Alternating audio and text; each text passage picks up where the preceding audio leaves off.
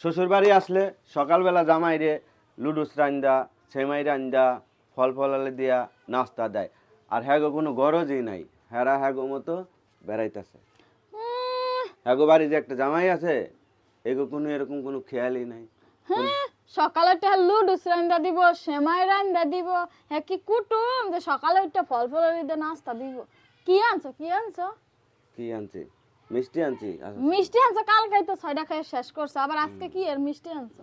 মিষ্টি আনছে মা যে ভাত রান্না করতেছে ভাত দিচ্ছে এই ভাত খাও এরা মানে নাস্তা পানি কিনতে বানাইতে খরচ হইব এই জন্য ভাত রান্তাছে হানকি ভরা ভাত খায় পেট ভরা গরু নাকি হ্যাঁ হ্যাঁ ভাত খাইলে শান্তি আছে আর লুডুস নাস্তা খাইলে কি শান্তি আছে ভিডিওটা আসলে বানাইতে অনেকবার অভিনয় করা লাগছে মানে আসলে তো শ্বশুর বাড়িতে আছি এখনো শ্বশুর বাড়িতে আসার পরে যদি এরকম ভিডিও বানাই তাহলে সেই ভিডিওটা বানাতে কতবার মানে শ্বশুর বাড়ির বদনাম কিন্তু শ্বশুর বাড়িতে বসেই মানে এরকম ভিডিও বানাতে কতবার হাসি চলে আসে হয় না আসলে অনেকবার চেষ্টা করার পরে কিন্তু এতটুকু হয়েছে কারণ বাড়ির ভিতরে শাশুড়ি আছে শ্বশুর আছে